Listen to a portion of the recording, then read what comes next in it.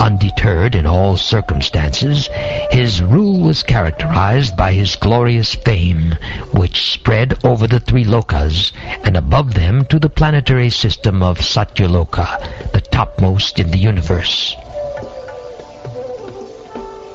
The Lord, in his incarnation of Dhanvantari, very quickly cures the diseases of the ever-diseased living entities, simply by his fame personified. And only because of him do the demigods achieve long lives. Thus the personality of Godhead becomes ever glorified. He also exacted a share from the sacrifices, and it is he only who inaugurated the medical science or the knowledge of medicine in the universe.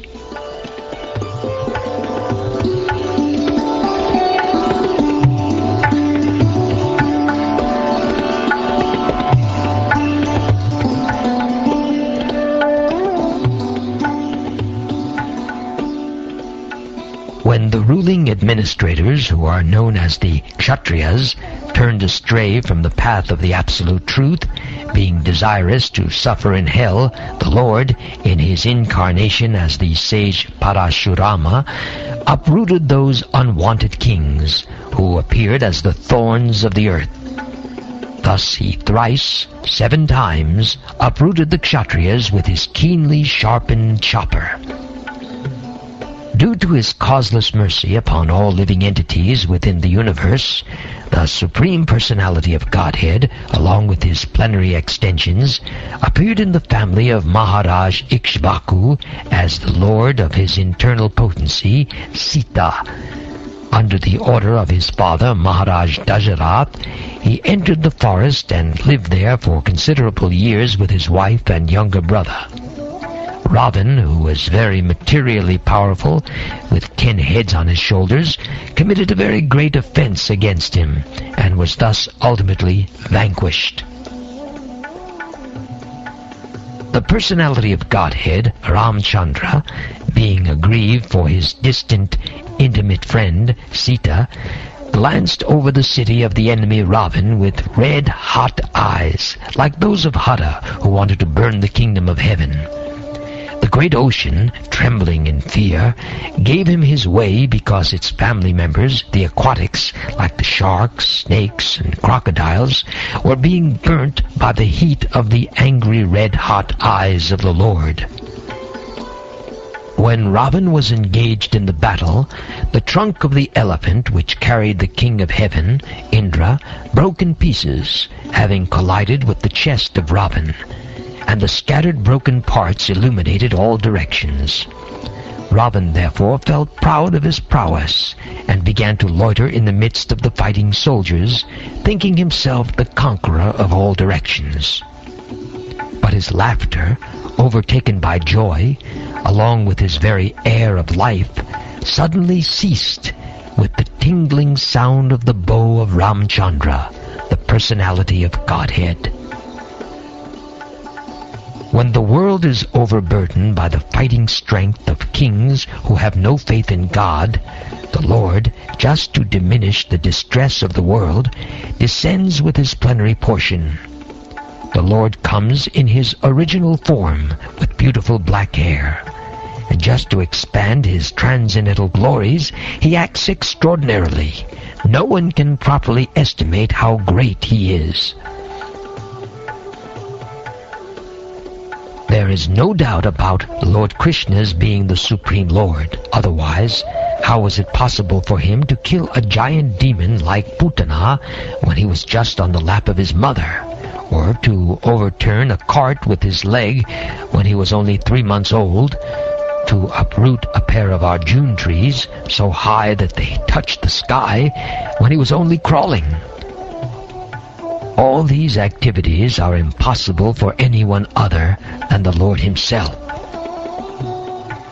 Then also, when the cowherd boys and their animals drank the poisoned water of the river Yamuna, and after the Lord in his childhood revived them by his merciful glance, just to purify the water of the river Yamuna, he jumped into it as if playing, and chastised the venomous Kalya snake, which was lurking there, its tongue tongue emitting waves of poison.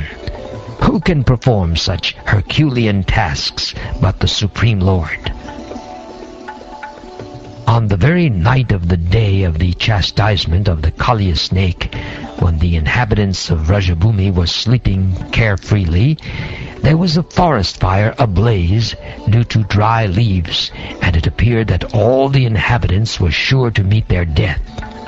But the Lord, along with Balaram, saved them simply by closing his eyes. Such are the superhuman activities of the Lord. When the cowherd woman, Krishna's foster mother Yashoda, was trying to tie the hands of her son with ropes, she found the rope to be always insufficient in length, and when she finally gave up, Lord Krishna, by and by, opened his mouth, wherein the mother found all the universes situated. Seeing this, she was doubtful in her mind, but she was convinced in a different manner of the mystic nature of her son. Lord Krishna saved his foster father, Nanda Maharaj, from the fear of the demigod Varuna, and released the cowherd boys from the caves of the mountain, for they were placed there by the son of Maya. Also, to the inhabitants of Vrindavan, who were busy working during daytime and sleeping soundly at night because of their hard labor in the day, Lord Krishna awarded promotion to the highest planet in the spiritual sky. All these acts are transcendental and certainly prove without any doubt his godhood. When the cowherd men of Vrindavan, under instruction of Krishna, stopped offering sacrifice to the heavenly king Indra, the whole tract of land known as Vraja was threatened with being washed away by constant heavy rains for 7 days.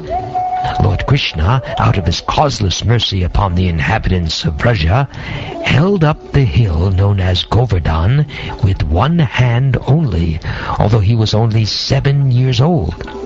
He did this to protect the animals from the onslaught of water.